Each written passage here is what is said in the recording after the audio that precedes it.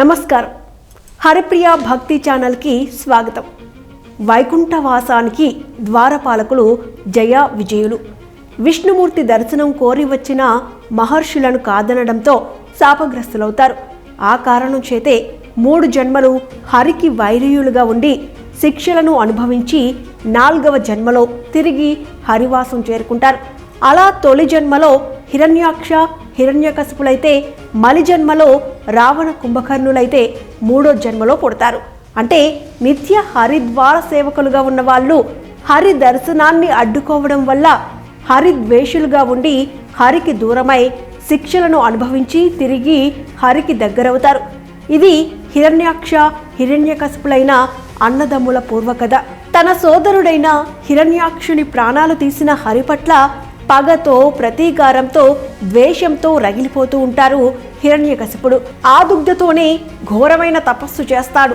100 ఏళ్ళు నిద్రాహారాలు మాని ఎముకల గూడుగా మారిపోతాడు. ముల్లోకాలు గడగడలాడిపోతాయి. బ్రహ్మదేవుడు ప్రత్యక్షమవుతాడు.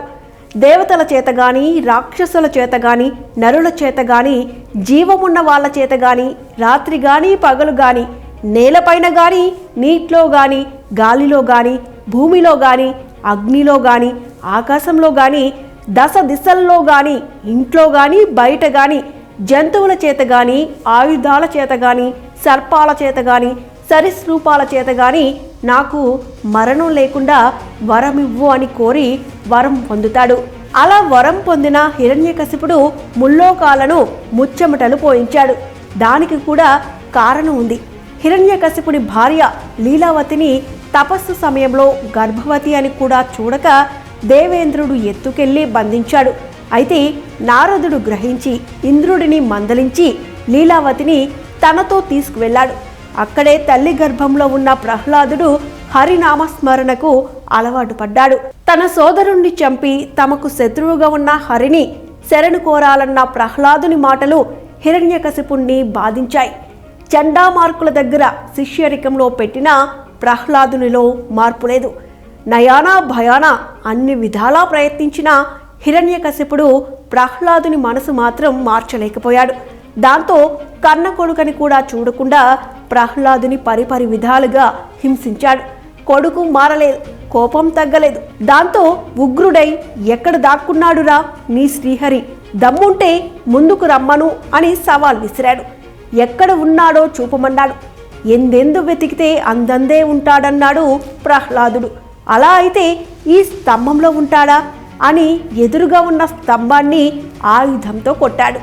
విరిగి పగిలిన స్తంభంలోంచి అటు మనిషి కాని ఇటు జంతువు కాని అంటే నడుం వరకు నరుడిగా అక్కడి నుండి తల వరకు సింహంగా కలిసిన నరసింహ ఆకారం బయటకు వచ్చింది.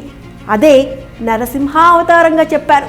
అయితే ఆ నారసింహుడు బ్రహ్మ ఇచ్చిన వరం తప్పకుండా రాత్రి పగలు కాని సంధ్యావేళలో ఇంట బయట కాక ద్వారం మీద హిరణ్యకశిపుణ్ణి తొడల మీద పెట్టుకుని కూర్చొని మనిషి జంతువు కాని నరసింహ రూపంలో ప్రాణం ఉండి ఉండని గోళ్లతో గుండెను చీల్చి రక్తాన్ని వర్షం కురిపించాడు. ఆ విధంగా హిరణ్యకశిపుడు హరి చేతిలోనే హరిమన్నాడు.